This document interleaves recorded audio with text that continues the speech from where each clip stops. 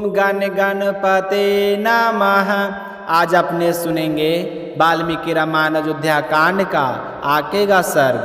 भगवान श्री राम का आशीर्वाद पाने के लिए इस सर्ग को पूरे प्रेम भाव से एकाग्रचित्त होकर पूरा सुने। बोलिए गणेश भगवान की जय हो, बोलिए सियावर रामचंद्र भगवान की जय हो, हनुमान जी बाबा की जय हो, श्री राम दरबार की जय हो।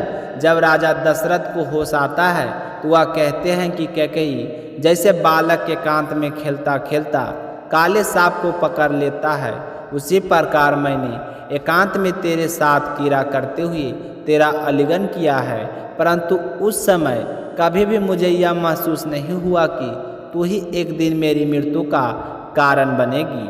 आज तुमने जानबूझकर मेरे पुत्रों का पिताहीन बना दिया है। मुझे यह संसार निश्चय ही दिखावा गालियाँ देगा, इसमें उनका कोई दोष नहीं है, क्योंकि मैं जिस लायक हूँ वही बर्ताव मेरे साथ किया जाएगा।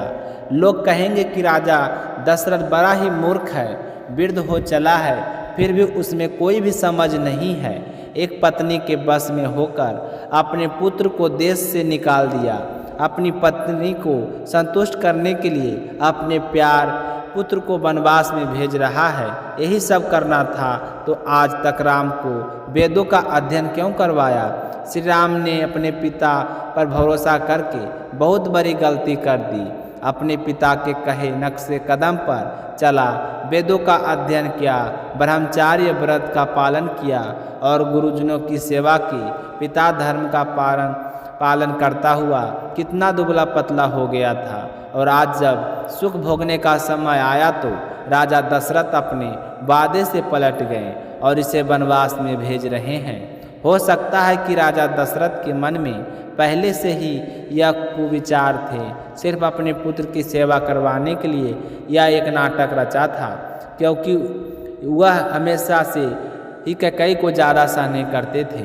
यही सब करना था तो इसमें झूठ बोलने की क्या आवश्यकता थी। इस तरह से निंदा करते हुए ना जाने मेरे बारे में क्या क्या बातें करेंगे। यह तो मुझे पूरा विश्वास है कि अगर मैं अपने पुत्र राम से कह दूं कि तुम वन को चले जाओ तो वह मुझसे पलट कर भी यह नहीं पूछेगा कि पिताश्री आपने मेरे लिए यह फैसला क्यों लिया है। वह सिर्फ इतना कहेगा कि जैसे आपने कहा वैसा ही होगा। मेरी आज्ञा को स्वीकार करके उसी समय वन को चला जाएगा। आज मैं तो यह चाहता हूँ कि मैं राम को कहूँ कि तुम वन को चले जाओ, और राम मुझे पलट कर जवाब दे कि मैं आपका कहना नहीं मानूंगा, मैं वही करूँगा जो मेरे हित का कार्य होगा। तो यह सुनकर मेरे लिए इससे बढ़कर प्रिय कार्य कोई नहीं होगा, परंतु मेरा बेटा राम ऐसा कभी नहीं कर सकता। मेरे बेटे राम के वनवास जाते ही मैं सब लोगों की निंदा का पात्र बन जाऊंगा, और मेरा यह अपराध मुझे जल्द से जल्द यमलोक में पहुंचा देगा, और तुम एक विधवा बनकर यहाँ पर राज करना। मैं तो मृत्यु को प्राप्त हो जाऊंगा, पर मेरे जाने के बाद यहाँ पर कौशल्या और सुमित्रा रहेगी। ना जाने तुम उन पर कितने अत्याचार करेगी। क्या पता कौशल्या इस बात को सहन कर पाएगी या नहीं। एक तो उसका पुत्र वन में चला जाएगा और दूसरा मैं मृत्यु को प्राप्त हो जाऊंगा। इतने बड़े महान दुख को वह सहन नहीं कर सकेगी, अतः वह भी मेरे पीछे पर लोग सुधार जाएगी, और यही हाल सुमित्रा का होने वाला है। फिर तुम दोनों के माँ बेटे यहाँ पर खुशी पूर्वक राज करना। हे कैकेयी, कौशल्या, सुमित्रा और तीनों पुत्रों के साथ मुझे भी नरक तुल्य महान दुख में डालकर तुम हमेशा खुश रहना। जब इस बात का पता सारे अयोध्या वासियों को चलेगा तो सारे शोक से व्याकुल हो जाएंगे। तब उस अवस्था में इस राज को तुम्हें ही संभालना है, तुम्हें इसका पालन करना होगा। यदि भरत को श्री राम का वन में जाना प्रिय लगता है तो उससे कहना कि मेरे मृत्यु के बाद वे मेरे शरीर का दाह संस्कार ना करें। तुम दोनों को बस यही करना है कि राम के वन में जाने के पश्चात और मेरी मृत्यु हो जाने पर एक विधवा बनकर अपने बेटे के साथ अयोध्या पर राज करना। कहने को राजकुमारी और मेरे दुर्भाग्य से मेरे ही घर में आकर बस गई। तुम्हारे कारण सारी उम्र बीत जाने के बाद इस वृद्धावस्था में मुझे सब प्राणियों से अवहेलना प्राप्त होगी। सारे लोग मेरी निंदा करेंगे। मैं तो यही सोच को सोचकर दुखी हो रहा हूँ कि मेरा पुत्र राम रथों, हाथी और घोड़ों से यात्रा किया करता था। अब वह उस विशाल वन में पैदल कैसे चलेगा। भोजन के समय जिसके लिए कुंडलधारी रसोई बहुत ही प्रसन्न होकर कहते थे कि राम के लिए भोजन मैं बनाऊंगा, दूसरा कहता था कि राम के लिए भोजन मैं बनाऊंगा। इस तरह बातें करते हुए राम को प्रिय खाने पीने की वस्तुएं तैयार करती थी। वही मेरा पुत्र रामचंद्र वन में कसेले कड़वे फलों का आहार करते हुए किस तरह से अपना जीवन निर्वाह करेंगे और पीछे सीता का क्या हाल होगा।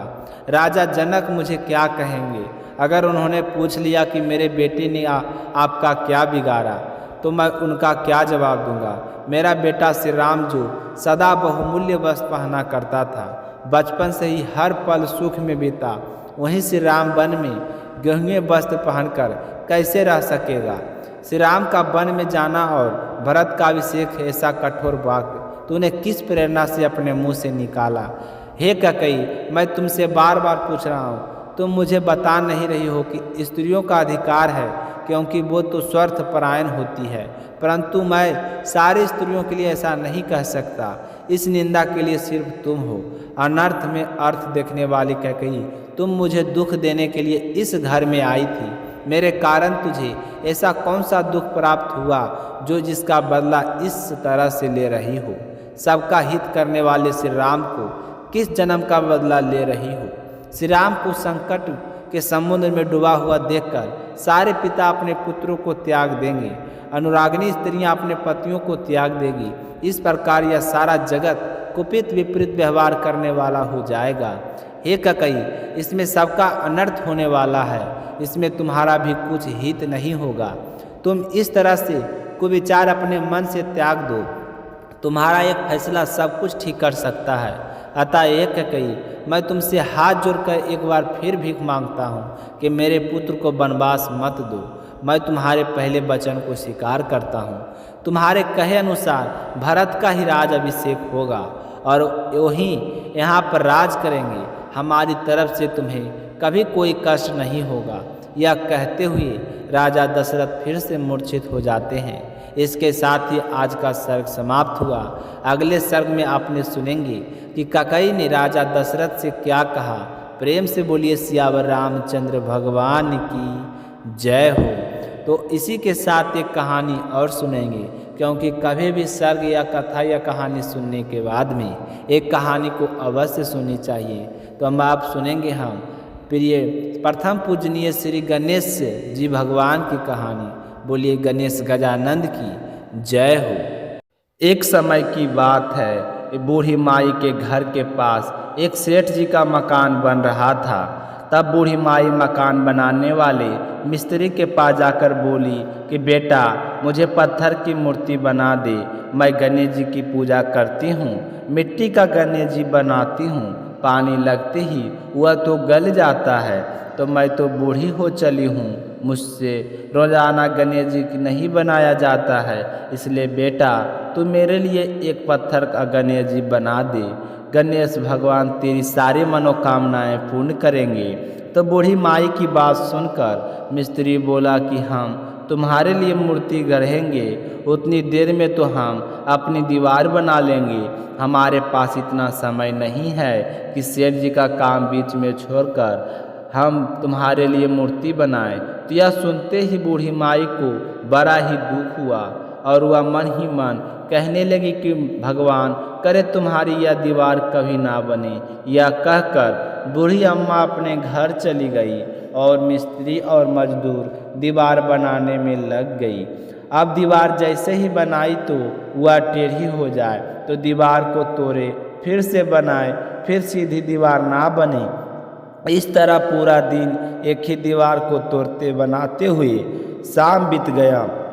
शाम को सेठ जी आए और कहने लगे कि आपने अभी तक कुछ नहीं किया। तो मिस्त्री ने बूढ़ी माई के आने की सारी बात बताई। तो सेठ जी ने सुनकर बूढ़ी माई के पास गए और प्रणाम करके कहने लगे कि माँ जी, आप आशीर्वाद दो कि मेरा मकान जल्दी से बन जाए। मैं तुम्हारे लिए पत्थर का क्यों, सोने का गणेश जी बनवा दूंगा। तो यह सुनकर बूढ़ी माई बहुत ही प्रसन्न हुई और उसने सेठ जी को आशीर्वाद दिया कि बेटा, बिना कोई विघ्न के तेरा मकान जल्दी से पूरा हो जाएगा। तो सेठ जी ने आकर देखा कि टेढ़ी दीवार थी वह बिल्कुल सीधी हो गई थी। तो वह यह गणेश जी का चमत्कार देखकर मिस्त्री और मजदूर सेठ जी सारे गणेश जी का जय जयकार करने लगे और सेठ जी ने जैसा कहा था वैसा ही किया।